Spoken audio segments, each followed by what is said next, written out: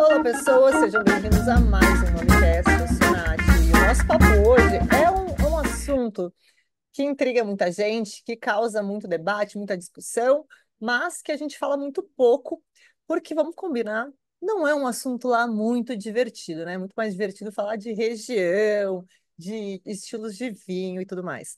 Mas eu finalmente encontrei uma pessoa que é um grande amigo, advogado tributarista e apaixonado por vinho, estudioso do mundo do vinho também, para bater um papo comigo sobre tributação, aquilo que nos deixa malucos e não e que a gente quase nunca entende por que que o vinho no Brasil é tão caro, por que que o tributo muda de um estado para o outro, enfim. Eu vou chamar para conversar comigo agora o Udir Munhon. E, Udir, seja muito bem-vindo ao Momicast. Obrigado, Nath. Obrigado pelo convite. Bom, já faço uma preliminar aqui. Para quem não sabe, a Nath é formada em Direito pela URGS, pela Universidade Federal do Rio Grande do Sul. Então, eu acho que os ouvintes aí não sabem, muitos não sabem, mas a Nath é formada pela Universidade Federal aqui de Porto Alegre, do Rio Grande do Sul. Então, ela vai me ajudar aí nas questões aí com relação à lei, tributos e tudo mais que envolve o vinho aí. Vamos lá, Nath, Adv- vamos junto. Advogada não praticante, abandonei essa religião em 2012, estou aqui faz 12 anos já que não advogo, mas, né, tá aí, estou pagando a OAB ainda, né? Que é mais difícil cancelar a net, quer dizer, mais difícil cancelar a OAB do que cancelar a net, é muito Ah, eu processo acredito, eu para acredito. cancelar a OAB, então eu sigo pagando, que é mais fácil do que cancelar, olha, é difícil. O Dira, esse é um assunto muito cabeludo, tributário, aliás, eu lembro de estar na faculdade e pensar, gente, é por isso que gente que faz tributário, que é especializada em tributário, ganha dinheiro porque merece, que é um assunto tão chato que uma pessoa merece ficar rica se trabalha com isso, porque é muita tortura por uma vida só. Pelo menos foi a minha impressão das minhas aulas de tributário. Era uma complicação só.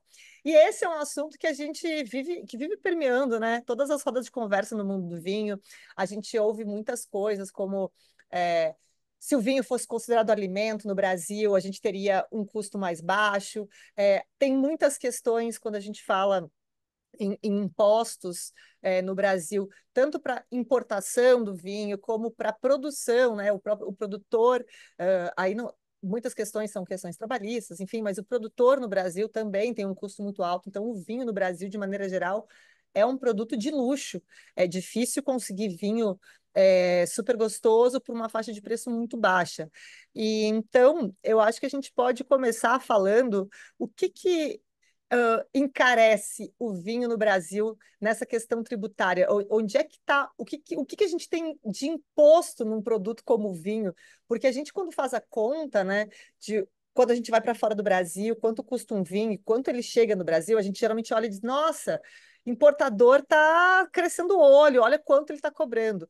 Mas boa parte desse valor é imposto, é custo dessa importação, não é, na verdade, o lucro do importador. Então, assim, de maneira geral, para a gente não enlouquecer, comparado com outros países que você lembra, como é que é a nossa carga tributária em cima do produto vinho? Então, Nath, assim, a gente realmente, assim, o direito tributário, né, a questão tributária no Brasil, ela é muito complexa. Ela é complexa antes de tu pagar o imposto, porque a própria constituição do valor que tu tem que pagar, a gente fala, né, no Brasil, os tributos, geralmente, né, os tributos das empresas, eles são constituídos por lançamento por homologação, que a gente chama. A própria empresa que faz a apuração desses tributos, né? Então, assim, é uma série de informações que a empresa tem que levantar e prestar para o fisco, declarações, SPEDs, formulários e tal, para É, poder é quase apurar como esse tributo. é quase como declarar o nosso imposto de renda. A gente tem que dizer quanto a gente deve. Exatamente. Nós apuramos o valor, né? Todas as empresas, através do seu departamento contábil, do departamento fiscal, ela faz a apuração dos tributos, né? E isso demanda já um custo para a empresa, porque a empresa precisa de profissionais qualificados para poder fazer essa apuração de forma correta. Então, já começa por aí, né? A questão já é complexa e já é custosa para a empresa para apurar o tributo. E ela que tem que fazer todo esse trabalho. O fisco não faz nada disso. Lançamento por homologação fala exatamente isso, diz respeito exatamente isso. Né? A empresa faz o levantamento e o fisco só vai dizer, silenciar que está ok. Ele não vai nem dizer, não, está tudo certo, pagou certo. Ele fica quieto e aí transcorre o prazo de autuação, vamos dizer assim, e está tudo certo. Então já começa por aí, né? A empresa já tem um custo aí bem considerável, né? Vários profissionais envolvidos para poder fazer essa apuração de forma correta. E no Brasil, né, a gente tem um problema assim histórico que o Brasil ele costuma a política tributária ela tributa ela tributa a operação, ela tributa deixa eu melhorar isso aqui, ela tributa a produção. No Brasil, né, é mais, vamos dizer assim, os tributos incidem sobre a produção.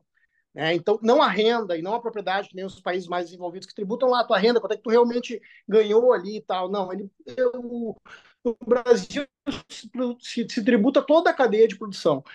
Né? Então, a gente basicamente tem três sistemas, vamos dizer assim, três regimes tributários, né?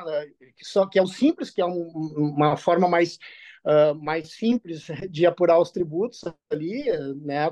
Tu apura praticamente todos os tributos da empresa, tu apura numa guia única, né? PIS, COFINS, Imposto de Renda, Contribuição Social, ICMS, ISS, tu apura tudo de uma forma mais simplificada, né? A alíquota variando ali entre 4% e 30%, dependendo do segmento e dependendo do faturamento que a empresa teve, né, nos meses anteriores. Né?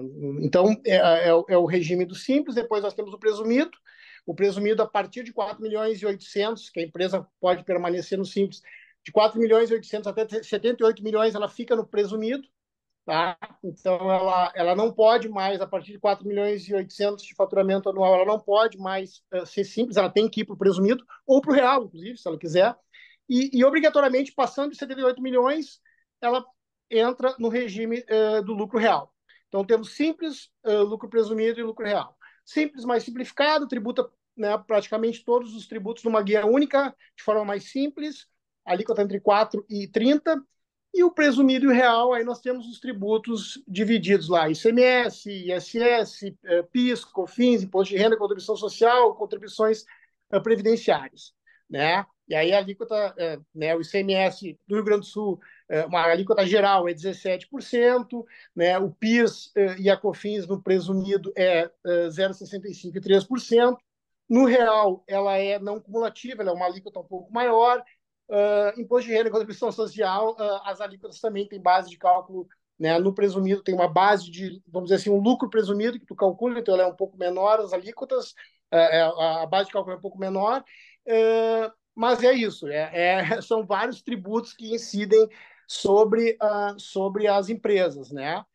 Tributos que eles incidem sobre a folha de pagamento também, nós temos contribuições previdenciárias que tem que pagar sobre a folha, quando não tem desoneração da folha, né?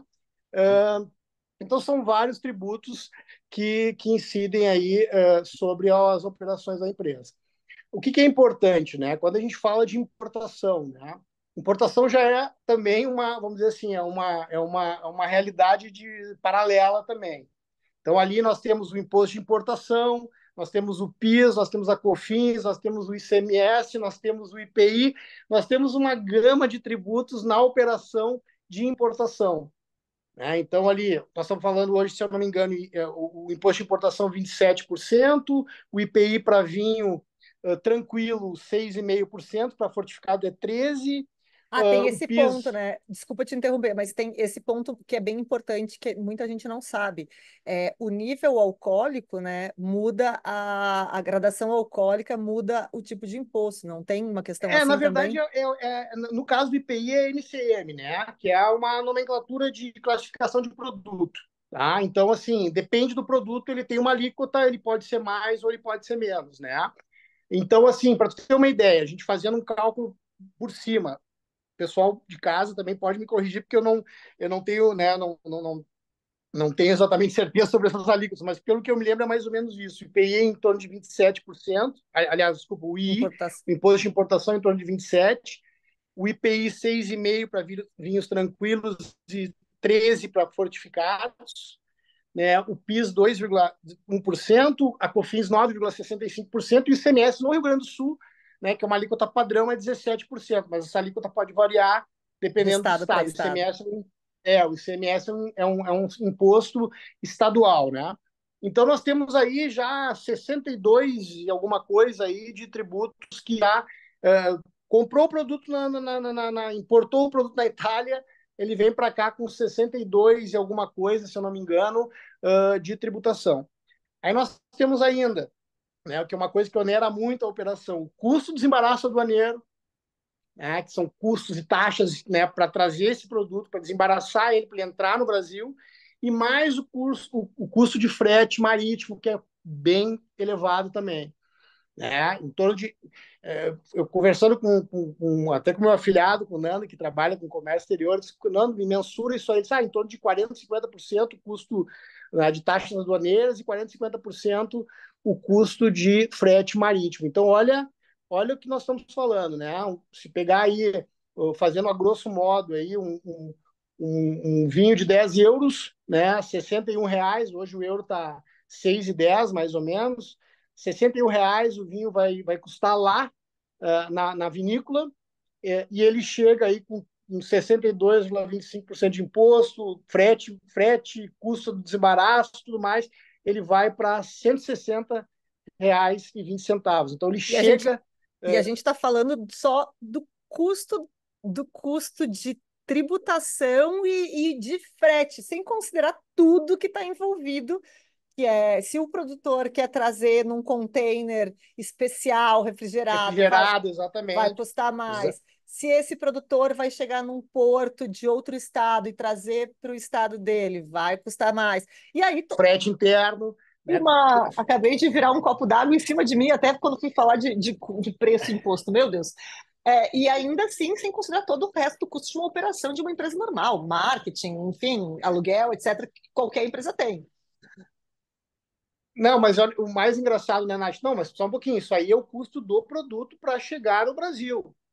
Dentro da empresa, ele vai vender esse produto, os tributos incidem de novo. Tu vai ter PIS, tu vai ter COFINS, tu vai ter ICMS, tu vai ter, né, tu só não vai ter o imposto de importação, mas o resto vai ter todos eles de novo, né? Dependendo do que né, se a empresa é presumida, se essa empresa é real, dependendo do faturamento, se a empresa. Né, então, tudo isso ela vai ter que pagar de uma outra forma. Claro que ela se acredita de alguns desses tributos que são não cumulativos, né? Se ela tem opção disso, porque se ela é optante do Simples, ela não vai ter direito ao crédito. Então, a empresa paga de novo os tributos na ponta da venda. Né? Então, fica uma coisa bem, bem onerosa mesmo.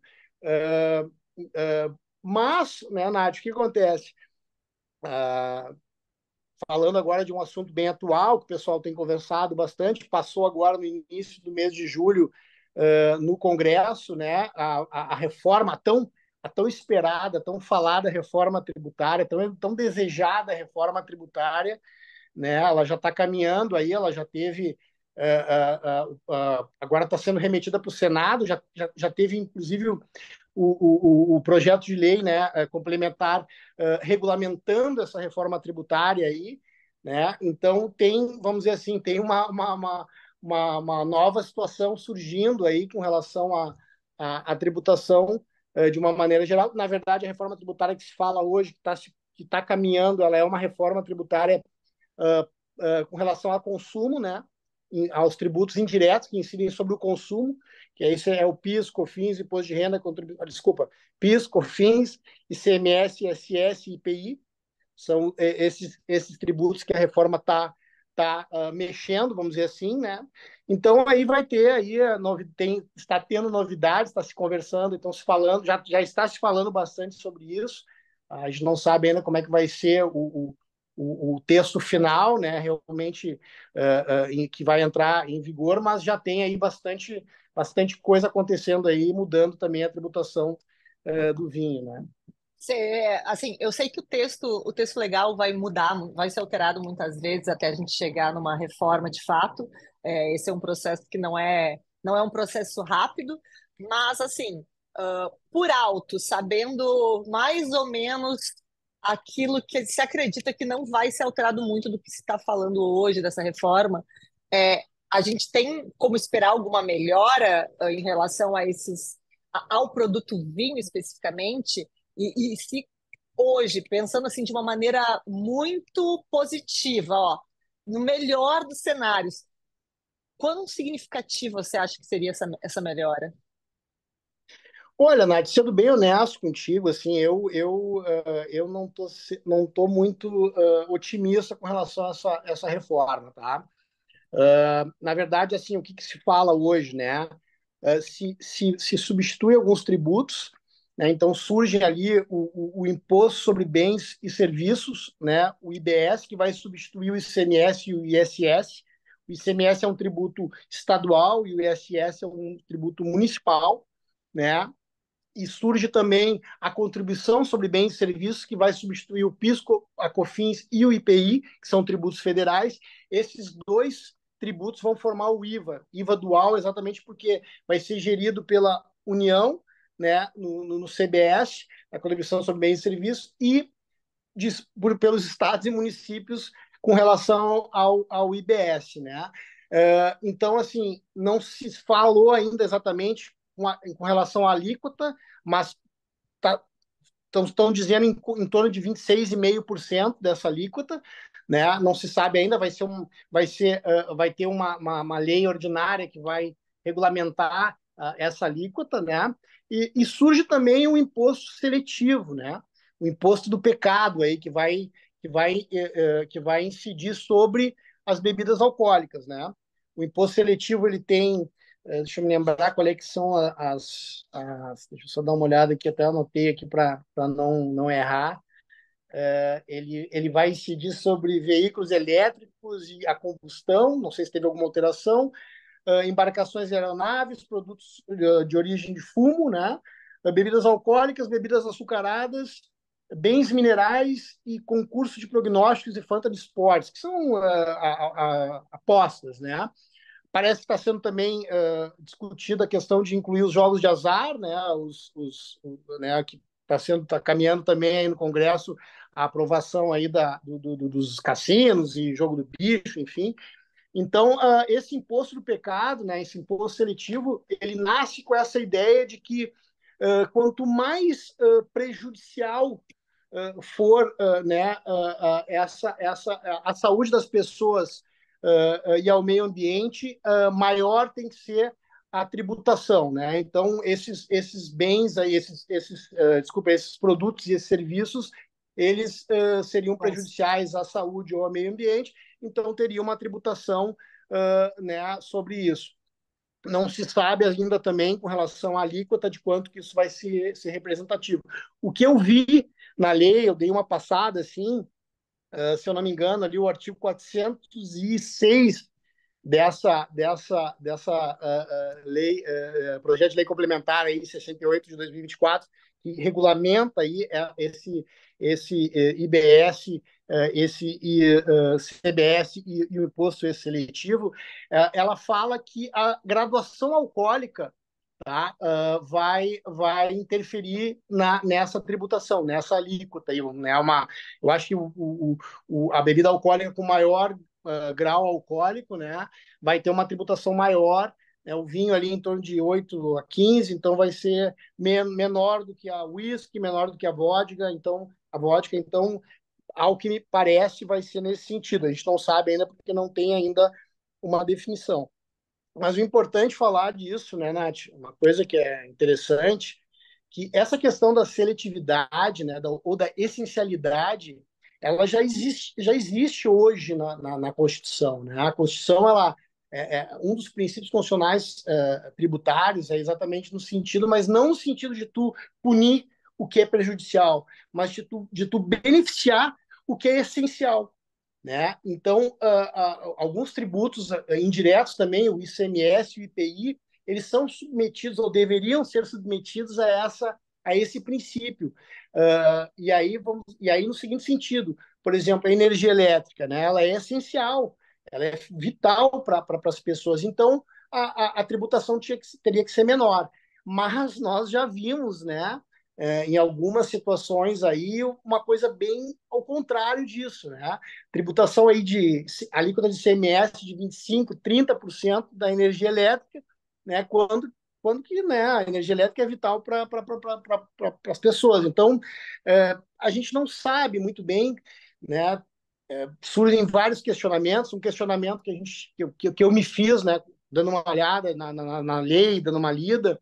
Pô, mas só um pouquinho, tá? Mas e os produtos industrializados, né? Os alimentos ultraprocessados, eles não entram nessa tabela prejudicial, vamos dizer assim, e os herbicidas, os produtos químicos aí que tanto contaminam as lavouras aí, que são prejudiciais no Brasil, tem uma gama de produtos que não são nem permitidos em outros países, aqui são, né? Então, assim, eu acho que é um pouco complicado. Eu acho que existe um lobby muito grande das É, indústrias aí, né? Então, a gente fica preocupado com como é que essa coisa vai acabar, vamos dizer assim, né? porque o ponto interessante é para, ao invés de cumprir o que determina a Constituição tributária, nesse sentido de, então, vamos baixar para os essenciais, a gente não mexe nos essenciais, a gente sobe aquilo que a gente considera prejudicial. Mas só aquilo que a gente acha que vale a pena considerar prejudicial, porque alimento industrializado, mesmo que só tenha químico, que não tenha nenhuma parcela de comida ali dentro, não é prejudicial, afinal, alimento é essencial. O ponto é, então, se alimento é essencial, o que que a gente caracteriza como alimento? E aí vem aquele ponto que a gente volta sempre. Vinho é alimento. Por que que a gente discute isso muito, né? Porque em muitos países o vinho é. E quando a gente fala, o vinho é alimento, não é uma questão de. Eu estou me movendo aqui, parece que eu saí da câmera, né? Não é uma questão de como a cultura e a população como enxerga o vinho. É uma questão política, uma questão tributária. O enquadramento do vinho num âmbito alimentício traz ele para um alimento, para um produto essencial, que assim como você acabou de falar, como a energia, a água e essas coisas, deveria ter uma alíquota mais baixa. No Brasil, a gente fala muito, né? Mas se o vinho fosse considerado alimento, se o vinho fosse considerado alimento, a gente teria um custo mais baixo. É, Primeiro, você tem alguma noção de quanto mais baixo poderia ser um vinho se ele se enquadrasse em alimento? E dois, você tem alguma esperança de que um dia isso aconteça no Brasil, que uma bebida alcoólica como o vinho entre na categoria alimento? Eu acho assim, Nath, uma forma que a gente tem de enfrentar isso, vamos dizer assim, e aí a gente até faço uma provocação para o setor, né? Eu acho que o setor ele tem que se unir agora nesse momento aí, porque funciona assim, né? A gente sabe que existe o lobby das indústrias, da indústria farmacêutica, da indústria alimentícia, né? Então, essas indústrias elas entram com tudo jogando pesado junto aos políticos, né?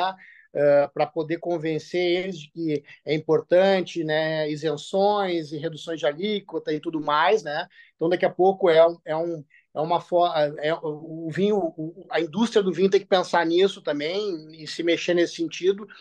Eu acho que um caminho, né, que seria interessante é através da cesta básica, porque a gente tem a cesta básica nacional, né, que elenca ali vários produtos que têm uma isenção, inclusive a CBS ali, essa contribuição aí que está surgindo, ela vai ter uma isenção dos produtos da cesta básica, se eu não me engano, uma isenção total, é zero de tributos, tá?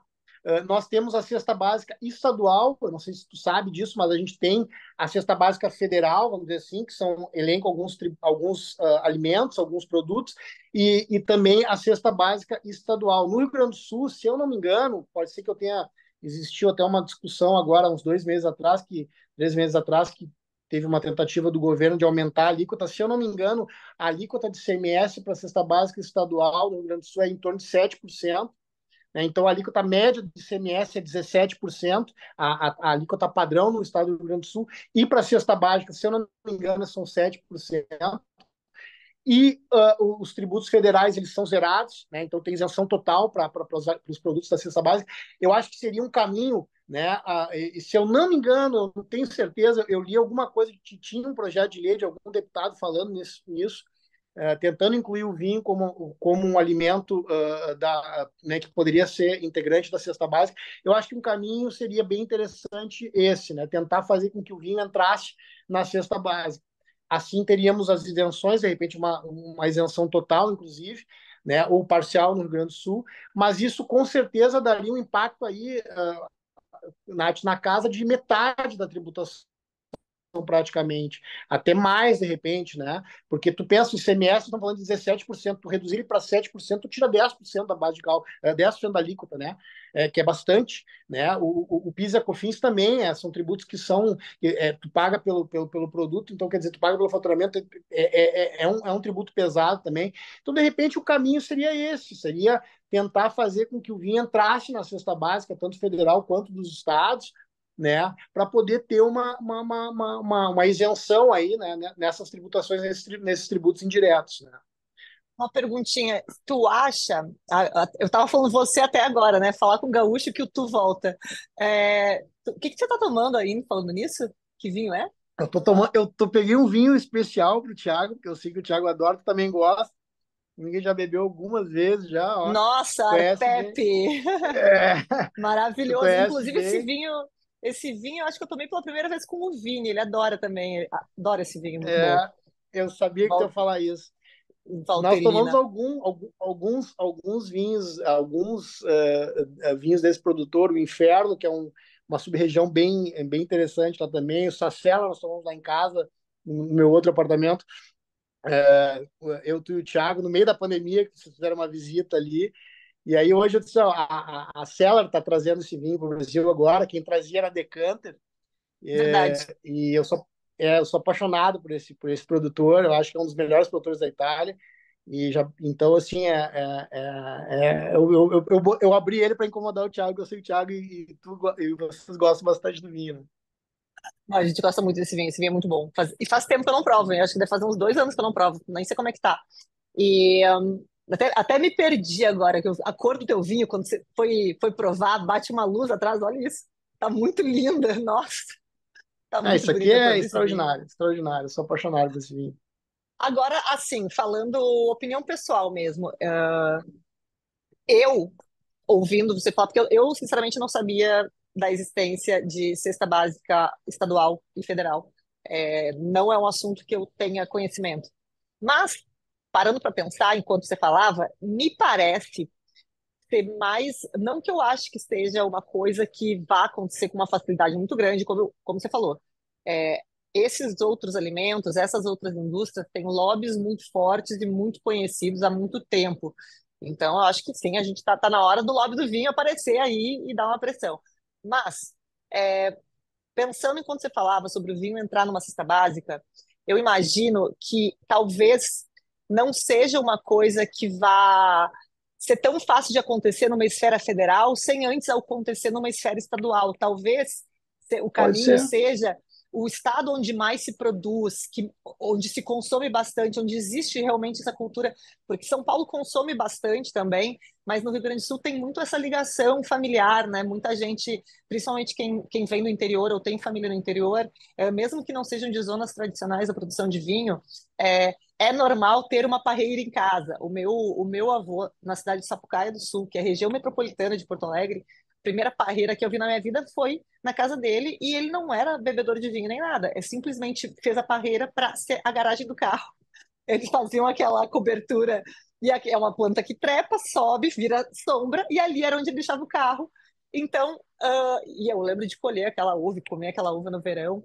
Então, talvez essa conexão um pouco mais forte com a cultura do vinho em relação à família e tudo mais, faça com que seja mais fácil a aceitação de um produto alcoólico como o vinho entrar, e que é considerado de luxo ainda no país, entrar numa cesta básica. Eu não sei como é que tu enxerga isso, mas me parece ser um caminho mais fácil que ele entre pela cesta básica no Rio Grande do Sul e que depois isso, com resultados, após alguns anos, consiga se mostrar que talvez seja benéfico entrar na nacional também. E como é que você enxerga isso? Não, eu acho que com certeza. O Rio Grande do Sul ele é o maior produtor de vinhos no Brasil, né? A gente tem toda uma cultura de consumo de vinho, a gente tem uma influência italiana muito forte aqui no Rio Grande do Sul, né? os, muitos produtores, eu não sei precisar hoje quanto por cento do mercado nacional é feito aqui no Rio Grande do Sul, os vinhos são produzidos no Rio Grande do Sul.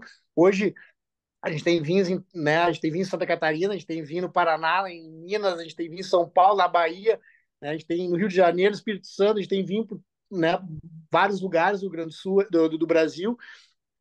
Mas com certeza o Rio Grande do Sul ele é muito forte ainda, né? Ele é o grande produtor de vinho, né, do Brasil. Então eu acho que sim, eu acho que é um caminho. A gente tem vários produtores aqui, tanto na região de Bento ali e tal, que poderiam, né, vamos dizer assim, influenciar mais assim o governo, né, do estado do Rio Grande do Sul para poder incluir isso efetivamente na cesta básica estadual, né? Eu acho que é um caminho, sim. Eu acho que a gente tem que pensar por aí também. Começar o lobby pelo Rio Grande do Sul e depois empurrando para cima. E quando a gente fala da produção nacional, a gente também fala de muito custo, né? O custo Brasil, ter uma empresa no Brasil. Quando a gente está falando da importação, a gente fez um cálculo ali de que mais ou menos 60, o vinho já sai de outro país por 60% mais caro só pela operação da importação e tudo que envolve ela. Quando a gente fala de produção nacional, claro que a gente está falando de muitas Só outras. te corrigindo, desculpa, Nath. Só te corrigindo. 62% é só de tributos. Aí nós temos todos os custos de desembaraço, né? Os custos de taxas e tal, e tem todo o custo de logística marítima. E, inclusive, eu até estava conversando com meu afilhado, como eu te comentei, o custo de logística marítima deu um boom agora, aumentou muito por causa da influência da China. A China está exportando muita coisa e está tomando conta dos containers. Tá Então, faltando. tá faltando, então o mercado está muito aquecido, então ele, né, os preços também estão bem mais altos. Então, assim, o custo de importação do vinho, ele 62%, uma conta que eu fiz aqui, só de tributos. Aí tem Só toda, né, tributos. todos, exatamente. E quando a gente fala da produção nacional, o que é que mais encarece o vinho? Porque muita gente fala sobre os tributos normais, muita gente fala sobre as questões trabalhistas que encarecem muito também, porque as empresas no Brasil elas têm um custo trabalhista super alto. Onde é que está esse custo da produção? O que mais encarece a produção nacional? Na verdade, assim, né, Nath, além da mão de obra, né, nós temos os encargos trabalhistas no Brasil são bem pesados, né, nós temos os tributos que incidem sobre a folha de pagamento também, que são pesados, nós temos todo também as importações do maquinário são taxadas, então o maquinário né, para vinificar, para poder, né, prensas e tudo mais, eles são todos praticamente importados, então são maquinários caros, a indústria precisa, né, importar isso aí, a barrica é cara, então quer dizer, tudo Nossa. fica muito mais caro no Brasil, né? Então por isso que fica um pouco mais salgado aqui do que, né, que nem uma Itália, numa França, que estão fazendo isso aí há 2.000 anos né, e tá ali do lado ali o cara que faz o maquinário, tá ali do lado o produtor da barrica, enfim, né? Então a madeira tá ali, então é muito mais barato, né, nesse sentido, né? Esse ponto é muito maluco, né? Não tinha me dado conta, mas basicamente tudo que a gente precisa para produzir um vinho vem de fora do Brasil, mesmo que a produção seja nacional. Quando a gente está falando de maquinário, a gente fala das garrafas de vidro, a gente fala das rolhas. A maior produtora de rolhas do mundo está em Portugal, então é uma importação trazer rolha para cá também. E aí a gente volta para todos aqueles custos de importação, todos esses tributos que a gente estava falando antes, que incidem sobre essas coisas, que já não são baratas normalmente e chegam no Brasil muito mais caro. Então, uma garrafa que vem de fora chega no Brasil muito mais caro do que o produtor lá paga. Ou a rolha vem de fora. Então, a gente tem realmente uma indústria que tem uma produção forte, né? Da parte agrícola da coisa, da parte agrícola do vinho, mas tudo que envolve essa produção vem de fora, quando a gente está falando dos insumos mesmo utilizados para os vinhos, leveduras, etc. Muita coisa vem de fora do Brasil. E aí tudo vem, todos esses tributos que a gente conversou até agora, da importação, desses produtos também. Então, em resumo, produzir vinho é a forma mais rápida de ficar pobre, se você é rico. É verdade, não é um, vamos dizer assim, não é um trabalho fácil, não é, sem contar, né, Nath, que a gente tem, o vinho é um produto agrícola, né? Então ele depende de uma safra boa, ele não, tem todas essas situações aí de perda de safra parcial, né? Então tem anos que são ruins, né? Que o clima não favorece, nós temos aí vários intempéries aí, Rio Grande do Sul mesmo, e nós passamos uma tragédia aí há 2 meses atrás, uma tragédia mesmo, né? Então a gente tem hoje um fator clima que é um problema, né? Então a gente não sabe como é que vai ser uma safra, ninguém sabe exatamente. Então tem tudo isso também que envolve, porque os custos de uma empresa, os custos de uma vinícola, eles permanecem, né?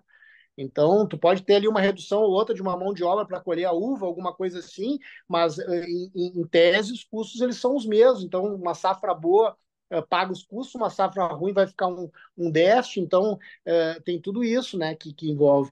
Mas eu acho assim, Nath, a gente está vivendo um momento hoje no vinho brasileiro. Eu acho que o vinho brasileiro e o vinho do Brasil, né, eu acho que a gente está num momento muito iluminado. Assim, eu acho que a produção, né, melhorou muito a qualidade dos vinhos brasileiros, né, os vinhos produzidos aqui, né, Rio Grande do Sul, Santa Catarina, né, Minas, São Paulo, tem vinhos aí em todos os estados de qualidade bem bacana. Eu acho que a gente está vivendo um momento muito legal na importação também. Essas importadoras menores aí que abriram, né, há pouco tempo aí, estão trazendo coisas extraordinárias para o Brasil, né? Coisas muito legais, coisas novas. A gente está tendo a oportunidade de beber coisas que é difícil achar até fora, às vezes, né? Tu Então, não acha. esse é um ponto muito importante, porque sim, a gente tem um custo muito alto para comprar vinho no Brasil, mas a gente tem uma oferta de vinhos aqui que é bem difícil de bater, que poucos lugares do mundo batem. A gente encontra uma variedade, e é por isso que é tão legal quando a gente. Eu encontro muito produtor em almoço, etc. E é muito maluco que a maioria desses produtores que vêm de fora para fazer degustações no Brasil, etc., saem daqui com muitas garrafas. Porque não é fácil encontrar vinho da maioria dos outros países em outros lugares. Você vai na Argentina, você vai encontrar na maioria das lojas, uma seção pequena de vinhos internacionais e o resto é vinho nacional. Claro, existe o lado maravilhoso disso, que é o consumo do vinho nacional, mas aí são outras questões, questões culturais também, enfim. Mas quando a maioria dos países produtores de vinho, é difícil encontrar vinhos de outros lugares, porque a maioria do consumo é do vinho local. Então, aqui no Brasil, a gente tem uma vantagem muito grande. A gente sabe que o vinho é caro, que tem todos esses impostos, é uma coisa que foge do alcance do comerciante, do importador, enfim, de toda a cadeia. É custo, acabou de mostrar aqui, só o custo, 62% por alto só de tributo, sem considerar tudo que está envolvido no processo empresarial. Aí. Mas a gente tem essa vantagem, né? Que a gente tem uma oferta muito grande, a gente tem muitos produtores pequenos que investem nesses países diferentes, e mesmo não países diferentes, a gente está falando de países clássicos, mas de regiões. Você vai para algum país que não tem muito vinho de outro lugar, você vai procurar a Itália, vai ter lá um Barolo, um Chianti. Aqui a gente encontra a sub-região da sub-região, que se chegar para italiano, nem ele sabe que aquilo existe no país dele, e a gente encontra aqui, isso é muito legal. E países alternativos também, que não são tão tradicionais, a gente encontra aqui. São poucos os lugares produtores de vinho que a gente não encontra no Brasil. Acho que até, eu não sei se ainda estão importando vinho da China para o Brasil, mas há pouco tempo atrás estavam importando. Tinha alguns vinhos sendo importados da produção da China, que é super recente, para o Brasil. Estados Unidos a gente vê pouca coisa, né? Porque o custo é muito alto, o vinho lá já é caro, então quando ele chega aqui, chega num preço muito absurdo. Eu não sei se teria tanta saída, mas a gente realmente tem uma vantagem muito grande em relação a isso. Assim, a gente consegue encontrar tudo sem precisar sair daqui para provar vinhos de todo lugar do mundo. A gente chega, o Beaujolais Nouveau é lançado, já está no Brasil. A gente tem essa velocidade, né? O Brasil já tem as importadoras do Brasil têm um relacionamento muito bom, já conseguem trazer muita coisa. O que falta para a gente é conseguir driblar essa parte tributária. Para a questão do produto nacional, um lobby, né? Fazer um lobbyzinho ali, apertar, é, talvez, e aí não tem muito o que fazer, né? Mas em algum momento, se a gente conseguir aumentar, a gente sabe que a gente tem algumas tanoarias no Rio Grande do Sul, já visitei a tanoaria Mesa Casa, que produz barricas, que reforma barricas, mas quanto mais a gente tiver outros nichos da indústria do vinho sendo produzidos no Brasil, mais a gente consegue baratear para o produtor brasileiro também, né? É, e aí a gente, bom, sempre vai ter, o Brasil é um país com uma carga tributária bem alta, assim, isso não vai mudar muito rápido, mas a gente tem caminhos, né? A gente tem caminhos aí para conseguir melhorar. E a gente viu que durante a pandemia o consumo deu uma crescida violenta, que depois ele deu uma diminuída, né? Porque as pessoas voltam aí para restaurantes, voltam a comprar bebida em restaurante, então diminui um pouco o gasto em casa. Mas a gente viu, foi ótimo. A gente viu que deu um boom. Inclusive, teve uma corrida maluca para melhorar a logística, né? Porque o volume das distribuidoras ficou tão grande que era todo mundo correndo atrás de mudar a logística, aumentar depósitos, muita gente mudando de lugar os depósitos, porque começou a ter que comprar mais. Então, potencial está aí. O que falta. E aí a gente discute, mas o vinho ele é artigo de luxo, ele não é cultural, o povo não vai beber. Mas será que ele não é um artigo de luxo justamente por ele ser tão caro num país com uma faixa de renda tão baixa? Porque cerveja não é considerado artigo de luxo, né? Então, a gente às vezes pensa, é a cultura do Brasil não é beber vinho. Talvez não seja pelo preço, talvez o preço tenha sido tão não convidativo desde sempre que ele nunca entrou na mesa do brasileiro como outras bebidas entraram. Nossa, meu português essa hora da noite, porque o dia, eu sempre gravo de dia, né? Mas o dia é um ser humano, é um advogado, ele tem horário de trabalho durante o dia, aí chega, me pede para gravar de noite, meu cérebro já não está funcionando. E olha que eu estou tomando água ainda. O Mas a minha meu também, Nath. conjugação. Hoje eu tô bem cansado hoje. Eu devo ter falado várias bobagens. Eu peço desculpa ao pessoal, mas é que realmente a gente tá hoje foi um dia bem intenso. Isso que eu te falei, eu não consigo falar, não vou conseguir durante o dia, mas também tô cansado. Devo ter falado bastante bobagem aí, né, pro pessoal. Nada, falar bobagem, nada. Bobagem é esse tanto de imposto que a gente precisa pagar em cima do nosso vinho e de todo o resto da nossa vida, né? Eu acho assim, Nath, essa questão tributária no Brasil ela é muito complexa, né? Hoje eu trabalho com isso todos os dias, o dia a dia, né? Então até não me debrucei ainda com relação à nova lei, à reforma parcial, né? A reforma tributária parcial que está surgindo aí, porque eu sei que vai ter várias alterações ainda, vão ter várias alterações, então eu não, a gente acaba, o dia a dia me consome, né? E isso é uma coisa também, né, Nath, que é importante dizer, a legislação tributária no Brasil ela é muito dinâmica, ela muda toda hora, né? Então nós temos aí decretos, portarias, instruções normativas todos os dias dando isenção, tirando isenção, né? Muda isso, muda aquilo, então os contadores aí têm que estar toda hora se atualizando, os advogados têm que estar toda hora, né, respondendo aí questões e perguntas, né, dos clientes, enfim, então a gente tem uma dinâmica muito grande, isso também atrapalha muito, né, porque tu tem que ter um corpo de pessoas em volta da gestão tributária, porque realmente ela muda toda hora.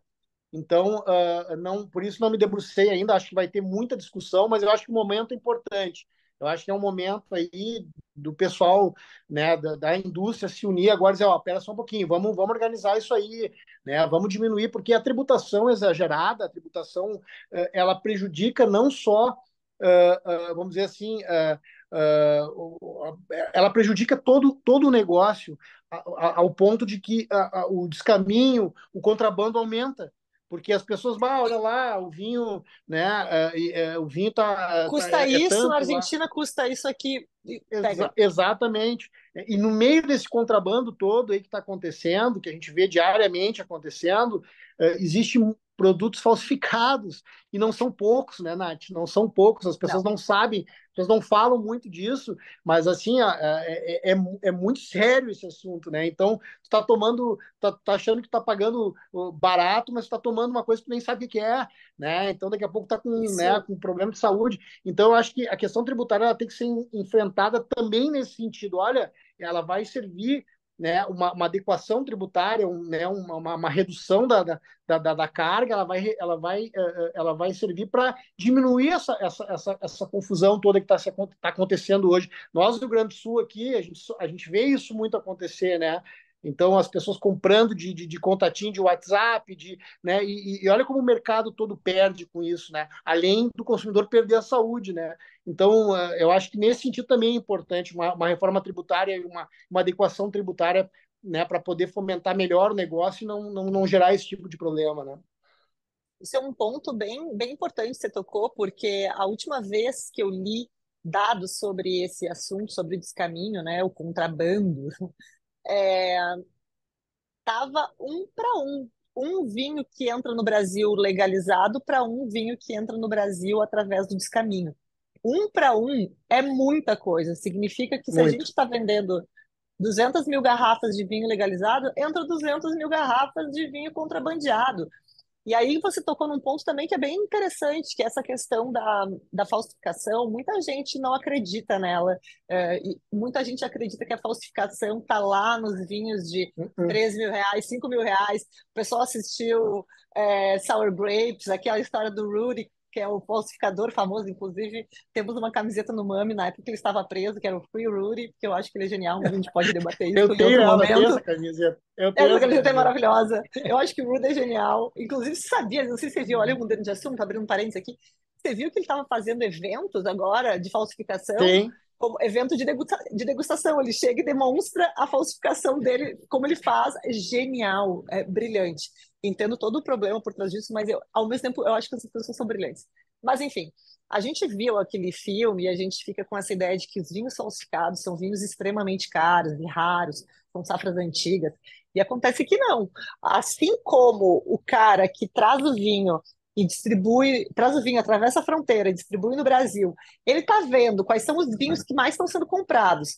Por isso que cada vez que a gente vê um carro apreendido, o Eduardo Araújo postou essa semana, toda vez que um carro é apreendido lá em Santa Catarina, que é o estado dele, ele posta a foto, dá uma risadinha do pessoal, e sempre tem os mesmos vinhos dentro do porta-malas. Sempre são as mesmas marcas.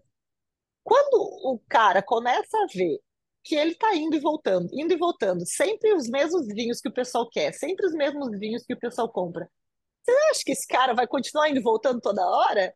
Ele vai começar a pegar esse vinho, por mais que seja um vinho que você paga pelo contatinho R$ 100, ele vai fazer esse vinho por 20. E ele vai vender o vinho falsificado. Tem vinho de R$ 100 falsificado, tem vinho de R$ 80 falsificado, porque é mais Exatamente. barato ainda fazer por 5. Então, cuidado com essa coisa de não, eu vou ser malandro, eu vou comprar o vinho do contatinho porque é mais barato. Muitas vezes, inclusive, eu acho que uma vez um seguidor me mandou, ou fui eu que achei, porque o mais maluco é que a gente encontra no Instagram os vinhos de descaminho, loja de descaminho. Isso é mais engraçado. Volta e meia aparece e tinha uma propaganda de um vinho e eu entrei no site da vinícola, era um vinho da Argentina, e mesmo fazendo só a conversão, uma conversão bem boa para o nosso real, assim, o vinho que o cara estava vendendo era mais barato do que o vinho custava na vinícola do país dele. O Não que tem que como, vocês não acham que fecha é essa isso? conta, né? É falsificado. Vamos lá, vamos pegar uma vinícola que muita gente descaminha. Os Grande Inimigo, Eu Inimigo, Catena, os clássicos argentinos vêm muito contrabandeados. O ponto é, muitos vão vir falsificados. Porque quando você olha que um vinho que custa lá na Argentina R$ 100, aqui no Brasil R$ 300, mas você está comprando do contatinho a 80, a 70, por que você acha que o contatinho vende mais barato que a vinícola? Falsificação. E a falsificação de vinhos não premium, não ultra premium, está cada vez maior. Cada vez maior. Não é mais E aquela uma coisa do coisa, vinho. Pode seguir, pode desculpa, seguir. Nath, te interromper, mas uma coisa que é Não. importante também, né? O vinho, ele não tá só no contatinho do WhatsApp ou no Instagram, porque agora até no Instagram tem gente oferecendo vinho, né?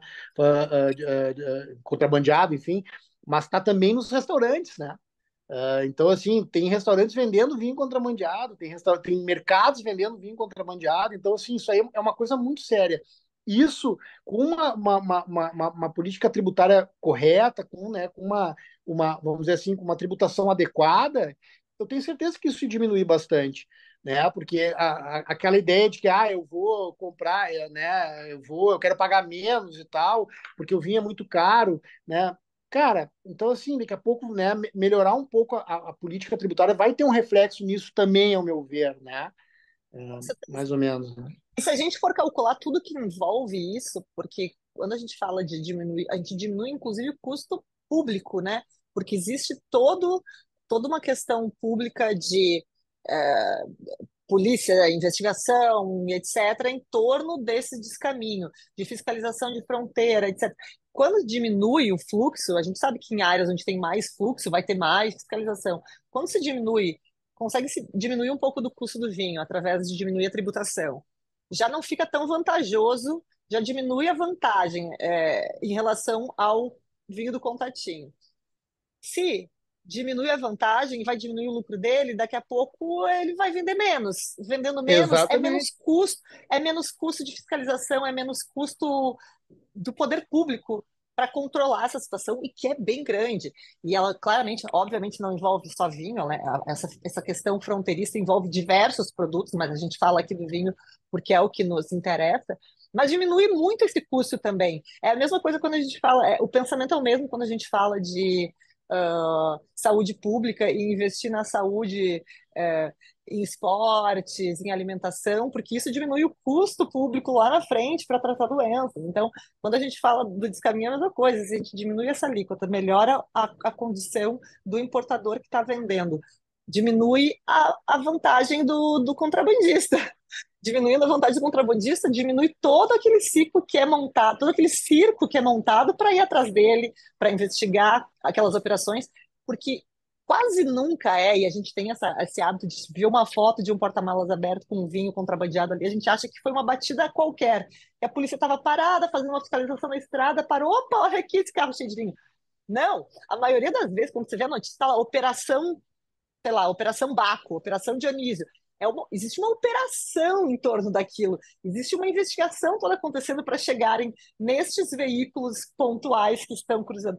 Então, assim, é uma coisa custosa, que causa um custo muito grande e que só acontece porque a tributação é tão alta que ela inviabiliza para muita gente a compra. Inviabiliza não, né? Mas ela torna mais difícil a compra do mesmo produto do que se comprar de um atravessador maluco.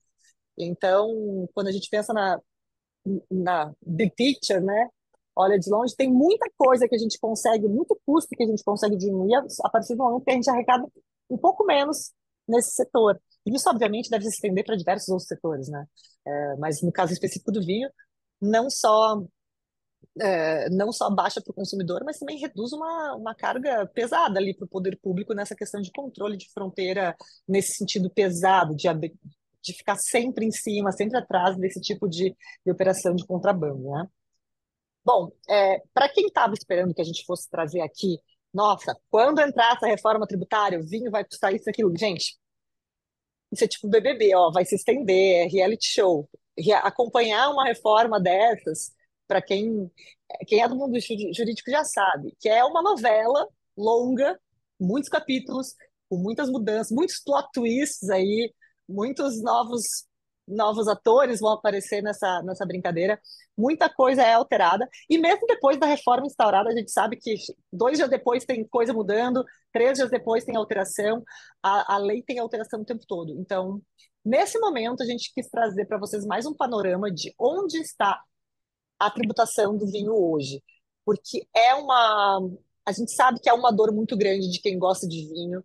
Quem já está no mundo do vinho, a gente já está conformado com essa desgraça que é a nossa tributação. Mas quem está chegando e começa a se empolgar e quer provar um vinho diferente, acaba desistindo ali do mundo do vinho quando começa a ver quanto custa.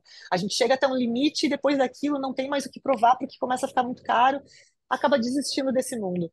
E isso é uma pena, porque é um mundo muito legal, é um mundo muito divertido de conhecer, de estudar, enfim, é super apaixonante. Todo mundo que está nos ouvindo porque ama esse mundo do vinho.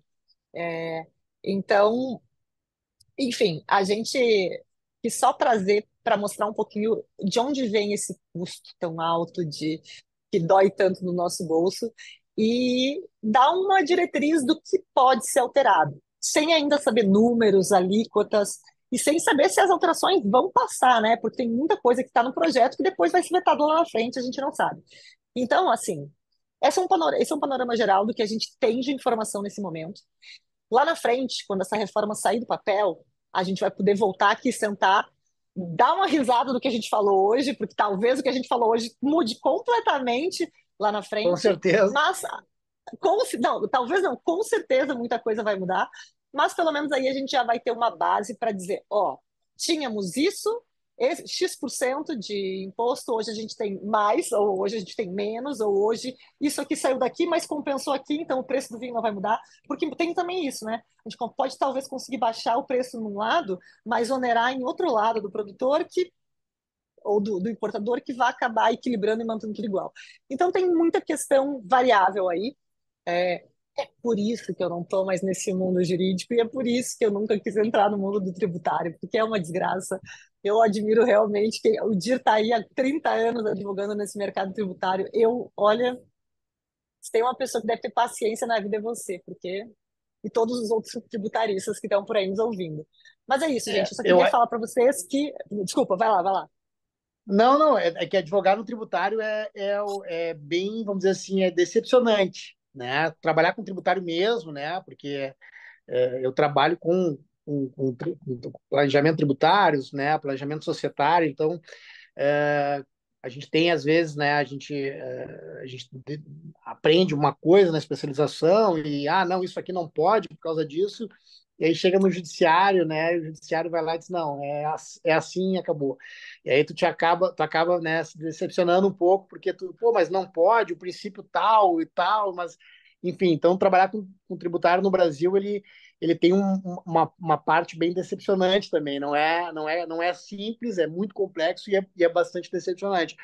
Por isso, talvez que eu sou apaixonado por vinho, gosto de estudar vinho, né? Gosto de ler sobre vinhos, sou um, um consumidor da Umami, adoro, né, o que vocês fazem, então eu gosto de saber, de estudar, de pesquisar e de conhecer coisas novas, estou sempre provando coisas novas também para conhecer o vinho, E ele nós, tem nós nos conhecemos fazendo cursos juntos, né? A gente fez isso. vários cursos que eu fiz, você fez junto. E sim, fizemos acho que W7 2 3 depois, fizemos vários cursos, né? E o vinho ele é assim, ele é apaixonante, tu vai aprendendo, tu vai querendo saber mais e ele não tem fim, né? Porque Não tem. quanto mais tu acha que tu sabe, mais tu vê que tu não sabe, porque Não sabe é nada. infinito, exatamente. Então é isso aí. Eu acho que, né? O tributário é chato, mas o vinho é legal. O vinho é o que faz você aguentar tanto tempo trabalhando com isso. O Dira, já vou deixar aqui um convite feito, porque eu quero fazer.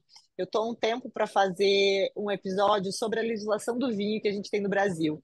E aí é aquela coisa, o que é considerado vinho? Enfim, inclusive a gente teve uma mudança, né? Faz um quê? Uns 6 anos mais ou menos nessa lei. Algumas coisas foram alteradas, muita gente nem sabe que isso aconteceu. Aí que entrou o vinho nobre, que muita gente ainda não viu que existe, mas fiquem de olho no rótulo de vocês. Alguns vinhos, ao invés de fino, está dizendo nobre, teor alcoólico. Eu não vou entrar nisso agora, a gente vai debater isso. Quero te convidar para fazer um episódio sobre isso comigo, só para a gente basicamente ler aqui a lei, que não é muito grande, e comentar ela, o que a gente tem hoje nela, porque eu acho que é uma outra legislação que precisa de bastante alteração aí. E aí, enfim, não vou entrar nesse debate agora, senão a gente vai começar o assunto antes da hora. Mas é isso, Mas, pessoal. Para quem está mas nos Nath, ouvindo, pode falar? só um parênteses, tá? Tem vários assuntos que envolvem, né, a lei e o vinho, né? Pode falar de regras de denominação, eu acho tão legal a regra de denominação, é um assunto que me interessa muito, né? E também é uma coisa que muda, né, de tempos em tempos, então vários consórcios aí com regras novas, permitindo uvas novas, eu acho tão legal esse assunto. Também, se tu quiser me convidar para Você falar sobre sabe, isso, eu vou ficar te muito feliz. convido. Você sabe que o episódio que entrou no ar semana passada, que falava sobre o vinho como catalisador da criatividade na arte, na música, enfim, ah, eu mencionei uma coisa que eu vou mencionar agora porque cabe totalmente. Eu tive uma colega na faculdade que fez o TCC dela sobre alimentos com denominação de origem. Eu achei muito legal, foi uma maneira de sair do mercado do jurídico, né? Tanto estritamente, e ir para uma outra área que é super legal. Ah, e é isso, Dira, eu quero agradecer a tua presença. Eu sei que esse assunto é chato, mas enfim, né? Você é a pessoa tributarista que bebe vinho, então tinha que ser com você. E já fica aqui o convite, então, para a gente fazer um episódio sobre a legislação do vinho, falar o que é vinho para a legislação brasileira e tudo que consta na nossa legislação. E tem até algumas portarias, algumas coisas diferentes que a gente pode trazer aqui. Mas é isso. Espero que quem está nos ouvindo tenha gostado. Quem está precisando de consulta jurídica, advogado, o Dir Monhon, eu sei que não pode fazer propaganda OAB, eu sei que não pode fazer, mas não é o Dir que está fazendo, sou eu. E é isso. Venham atrás de mim. Venham atrás de mim. É isso. Pessoal, espero que tenham gostado. Nos vemos na próxima. Na próxima, não, no próximo domingo ao meio-dia. Eu sei que está sendo concorrido agora, porque vai ter Olimpíadas, mas assim, vai ter um horáriozinho livre para vocês. Põe o fonezinho, vamos ouvir esses episódios que estão muito legais. Nos vemos no próximo domingo ao meio-dia. Um beijo e até a próxima. Beijão, Dir! Valeu, obrigadão aí, obrigado pelo convite. Beijão, pessoal.